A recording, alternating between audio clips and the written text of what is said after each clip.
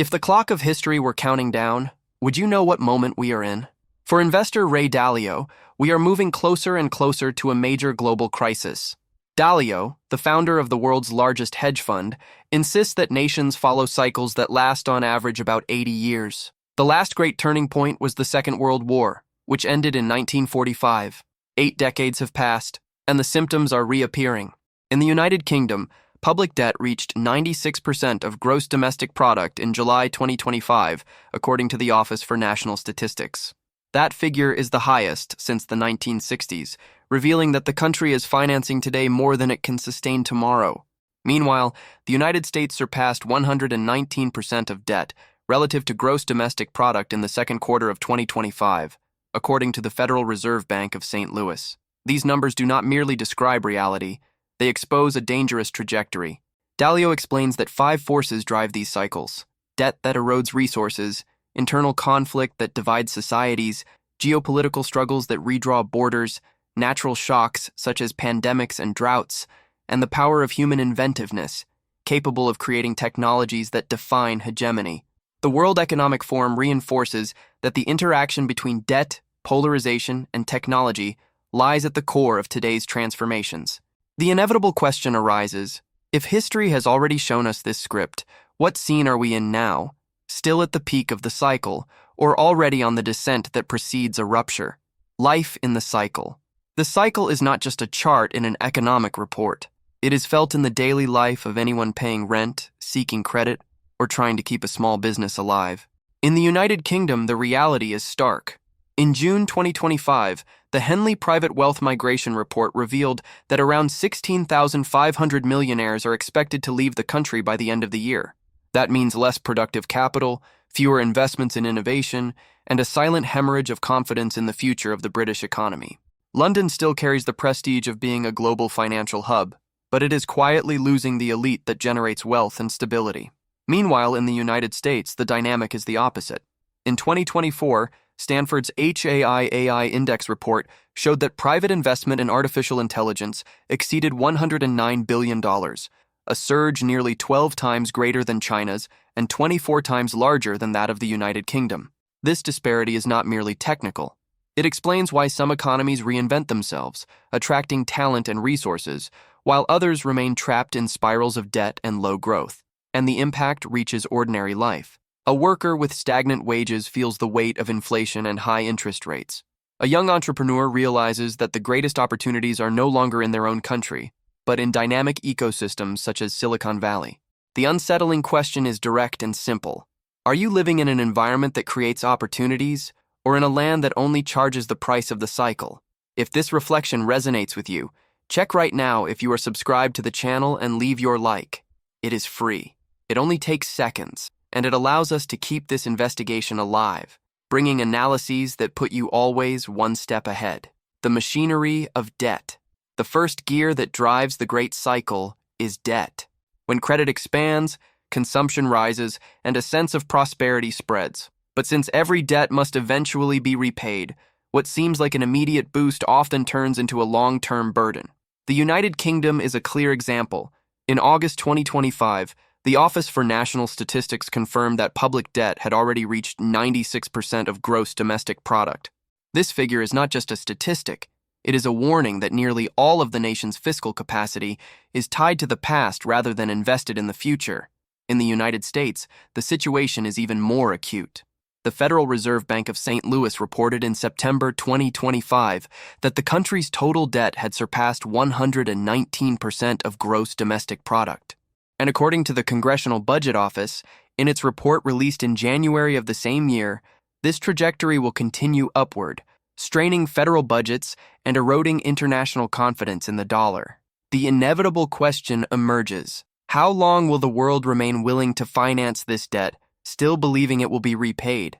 Yet the machinery of debt does not act alone. The World Economic Forum warned in August 2024 that gaps in wealth and opportunity are fueling internal conflicts across nearly all advanced economies. In the United Kingdom, the outflow of millionaires accelerates fiscal fragility. In the United States, structural inequality deepens the divide between the few who thrive and the many burdened by student loans, credit card debt, and rising basic costs. Here lies the micro-conflict that sustains this narrative. What if the next collapse does not come from failing banks, but from the ballot box? What if political pressure renders the economic reforms that are urgently needed impossible? The gears are turning. The question is, when they finally seize up, will it be just another passing recession, or the beginning of a rupture in the great cycle of history? The technological battle. Whoever controls technology will dictate the world order. This is not a metaphor. It is a historical pattern. Nuclear energy defined the end of the Second World War. Semiconductors transformed the United States into the hegemonic power of the 20th century. And now, artificial intelligence is determining who will be capable of leading the next era. In 2024, Stanford's HAI-AI Index report revealed that global corporate investment in artificial intelligence surpassed $252 billion, with the private sector growing more than 40% in just a single year. But what does this number actually mean? It means that while some economies attract capital, talent, and infrastructure, others remain weighed down by debt and a lack of innovation ecosystems. Europe is trying to respond. In September 2025, the Wall Street Journal highlighted a partnership between Dutch lithography giant ASML and a European artificial intelligence developer, an explicit attempt at technological sovereignty in the face of American and Chinese dominance. Yet isolated initiatives face the enormous challenge of competing with countries that already concentrate the largest flows of investment and talent. And while this battle unfolds at the top, the base of the pyramid feels the pressure. Millions of jobs in services, law, and medicine are already exposed to automation. The World Economic Forum warns that up to 40% of administrative roles are at risk of being replaced by intelligent systems by the end of this decade. The conflict is clear. How can the gains of this revolution be distributed without destroying social cohesion? If technology is the new battlefield, then the question that closes this part echoes as a personal challenge.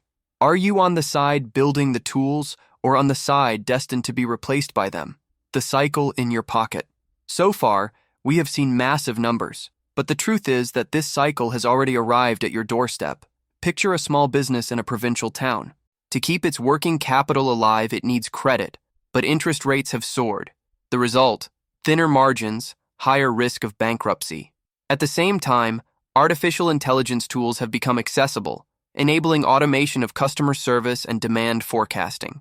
The dilemma is brutal. Technology promises efficiency, but financial costs crush businesses before the future even arrives. The data confirms this contrast. In 2024, Stanford's HAI-AI Index report showed that 78% of companies worldwide were already using artificial intelligence in their processes, compared to 55% the year before. This rapid adoption reveals that those who fail to adapt will be left behind not in years, but in months. Yet the scenario is not just technological. In the United Kingdom, according to Reuters' Breaking Views in September 2025, the government's financing costs reached the highest levels in decades, pushing up the cost of credit for families and businesses as well. In everyday life, this translates into longer delivery times, inflation eating away at salaries, and difficult decisions about where to invest every single cent. And here comes a sharp provocation. Are you merely consuming technology, waiting for it to solve your problems? Or are you already designing processes to multiply every minute and every dollar that comes into your account? Because when the cycle turns, and history guarantees it always does, only those who institutionalize learning and adapt will survive. The question is, on which side will you be? The price of inertia. The next collapse begins exactly where no one wants to change. This phrase captures the blind spot of governments, companies, and individuals alike. In the United Kingdom, the Office for Budget Responsibility projected in March 2025 that public debt would remain stabilized around 96% of gross domestic product until the end of the decade. At first glance, stability may sound like relief, but in practice it means an economy that has stopped moving forward, unable to reduce its debt, and with no fiscal room left for growth. In the United States, the Congressional Budget Office warned in the same year that the trajectory of indebtedness is even more dramatic. Federal debt is set to keep rising and reach historic levels in the coming decades. Meanwhile, political polarization drains the energy needed for real solutions. The uncomfortable question remains: if leaders know the trajectory is unsustainable, why does nothing change? The problem is not just macroeconomic. Businesses face the same choice: Keep average teams to reduce immediate costs or pursue rare talent, people of skill and character, capable of multiplying results in the long term. Investors face similar dilemmas.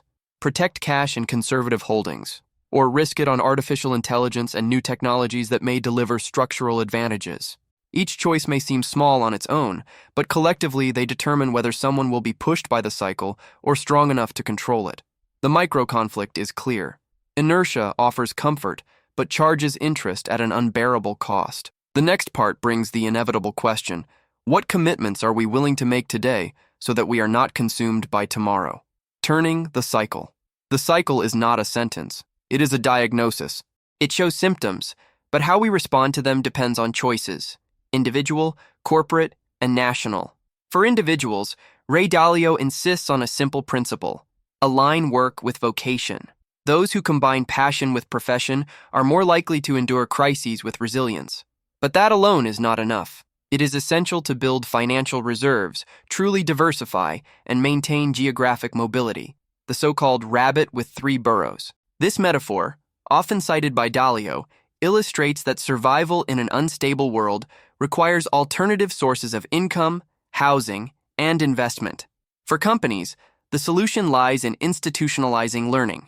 Stanford's AI Index report, published in 2025, revealed that more than 70% of global organizations already use artificial intelligence in their routines. This is no longer a trend. It is survival. Those who fail to apply artificial intelligence to cut costs, boost efficiency, and create new products will be crushed by more agile competitors. But adopting technology without strategy is just hype. Resources must be directed toward processes that generate real advantage, while protecting cash flow in an environment of high interest rates and climate volatility. And for nations, the World Economic Forum warned in 2024 that without rebuilding strong political centers, investing in serious education, and financing innovation with patient capital, long-term debts will snowball into crises impossible to contain. The United Kingdom is already weighed down by debt of around 96% of gross domestic product, according to the Office for National Statistics. The United States, according to the Congressional Budget Office, is on track for even higher levels. The lesson is clear. Without social cohesion and investment in innovation, even the greatest powers stumble. If this journey helped you understand the logic behind the next great turning point, subscribe, like this video, and leave your comment. The dialogue that begins here is the fuel that keeps this investigation alive. Thank you for staying with us until the end. We move forward together, one principle at a time, determined to stand tall through the next cycle of history.